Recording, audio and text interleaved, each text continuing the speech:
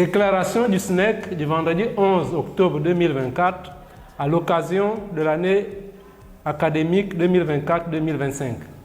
Chers camarades, mesdames et messieurs, le SNEC par ma voix vous remercie donc de votre présence à ce point de presse. Aujourd'hui, nous abordons plusieurs sujets importants concernant les établissements publics de l'enseignement supérieur et de la recherche scientifique.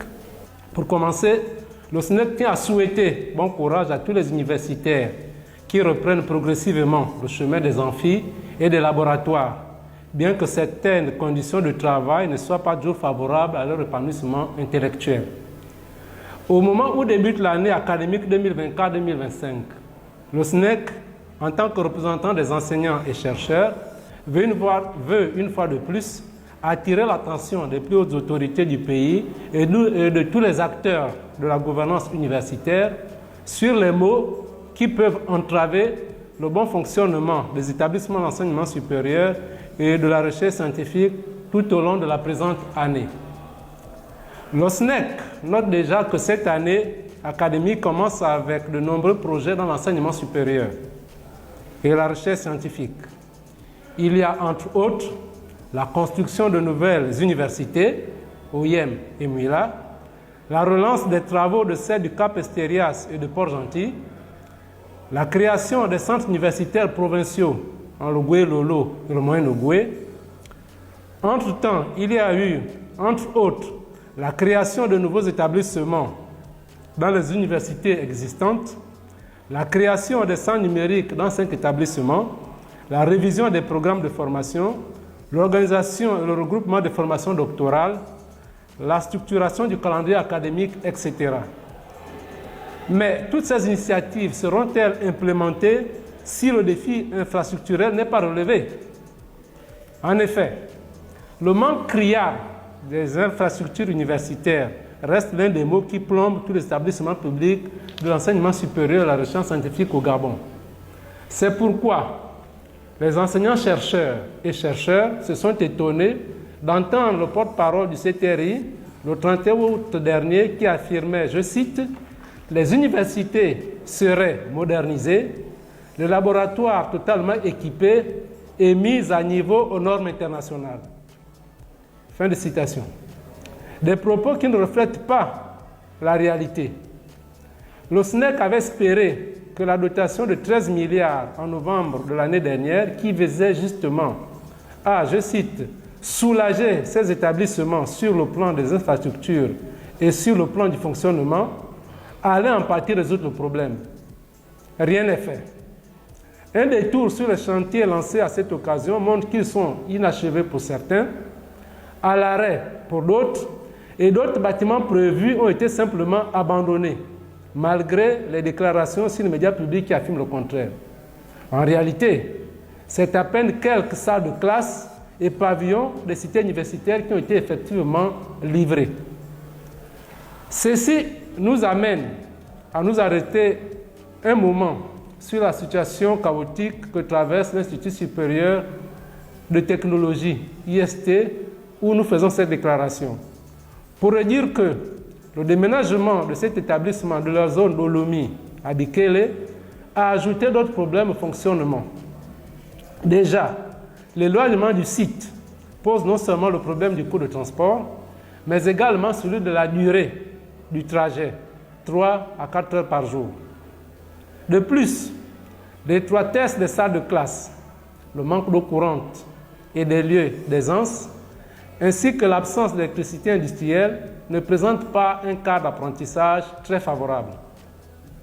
Toutes ces difficultés ont provoqué l'abandon de nombreux étudiants et le découragement s'installe parmi les nombreux acteurs de l'IST. À terme, la présente situation peut provoquer la paralysie de l'établissement et donc de l'arrêt de toute activité. Si rien n'est fait, c'est pourquoi le SNEC demande, outre la réhabilitation des locaux d'Olomi et la construction d'un nouveau campus, la tenue urgente d'une réunion impliquant les acteurs de l'IST, les partenaires sociaux, la tutelle sous la présidence du Premier ministre, chef du gouvernement.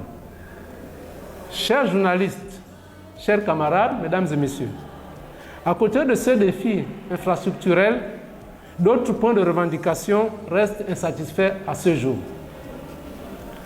Il y a d'abord le sempiternel problème de régularisation de situations administratives conjugué au paiement de rappels soldes qui demeure très opaque. Des annonces sont faites par le gouvernement sur le sujet, sans la moindre production des actes administratifs et sans aucune visibilité sur le bulletin de solde. Aussi, pour résoudre définitivement ce problème, le SNEC demande-t-il pour une énième fois la mise en place d'un terminal solde pour les enseignants et chercheurs, en l'instar des corporations comme la justice et les forces de défense et de sécurité. Bien sûr, sa mise en place s'intègre dans la réforme des statuts particuliers des enseignants et chercheurs. Le passeport de service reste une revendication qui est formulée depuis plusieurs décennies et qui n'a pas trouvé satisfaction à ce jour. Au-delà du document administratif, le passeport de service est, pour les universitaires, un outil de travail puisqu'il facilite leur mobilité à l'international. La problématique de la dette des établissements est préoccupante et il n'existe à ce jour aucun plan d'appurement de cette dernière. Cette dette découle essentiellement de la mise à disposition précaire des budgets alloués aux établissements. Aujourd'hui, ces mises à disposition représentent seulement 36% du budget de fonctionnement, à 2 mois seulement de la clôture de l'exercice budgétaire 2024. Cet état des faits laisse croire que l'enseignement supérieur n'est pas une priorité pour les politiques. La conséquence directe est que la gouvernance universitaire s'en trouve profondément fragilisée. C'est pourquoi le SNEC demande de traiter sérieusement ce problème financier pour un fonctionnement optimal de ces établissements. Certains établissements souffrent toujours de la vacance des postes administratifs. C'est le cas de l'École normale supérieure NS et de l'École normale supérieure de l'enseignement technique N7. À l'Institut de recherche en écologie tropicale, le directeur nommé depuis février dernier ne s'est jamais présenté à son poste et son adjoint n'a jamais été nommé. Pour une gouvernance efficiente de ces établissements, tous les postes doivent être pourvus dans les plus brefs délais. L'instauration d'un dialogue social en l'enseignement supérieur et la recherche scientifique reste aussi une préoccupation pour les partenaires sociaux. Certes, la tutelle a initié des rencontres mensuelles avec les syndicats, mais cela ne peut remplacer le véritable dialogue social qui est un cadre de concertation formelle pour se conformer aux recommandations de l'Organisation internationale du travail, OIT. En effet, depuis la tenue des assises du dialogue social du ministère en mai 2023, aucun comité de suivi n'a été mis en place, malgré les incessants rappels des syndicats. Or, ces assises ont produit des recommandations pertinentes qui pourraient améliorer les conditions de travail et de vie de tous les acteurs de la gouvernance universitaire. Pour répondre aux exigences de l'heure et se conformer aux normes du monde syndical, le SNEC tiendra très prochainement son congrès. C'est l'occasion ici d'appeler tous les membres à participer activement à cet événement important pour notre syndicat. De plus, les élections professionnelles qui se profilent à l'horizon et qui visent à éclaircir le paysage syndical au Gabon demanderont également une forte mobilisation de leur part. Pour terminer, vous constaterez que tous les points évoqués sont autant d'obstacles qui peuvent entraver le bon fonctionnement des établissements publics, l'enseignement supérieur et la recherche scientifique, et qui nécessitent donc un traitement diligent. La paix sociale dans les universités, grandes écoles, instituts de recherche est à ce prix.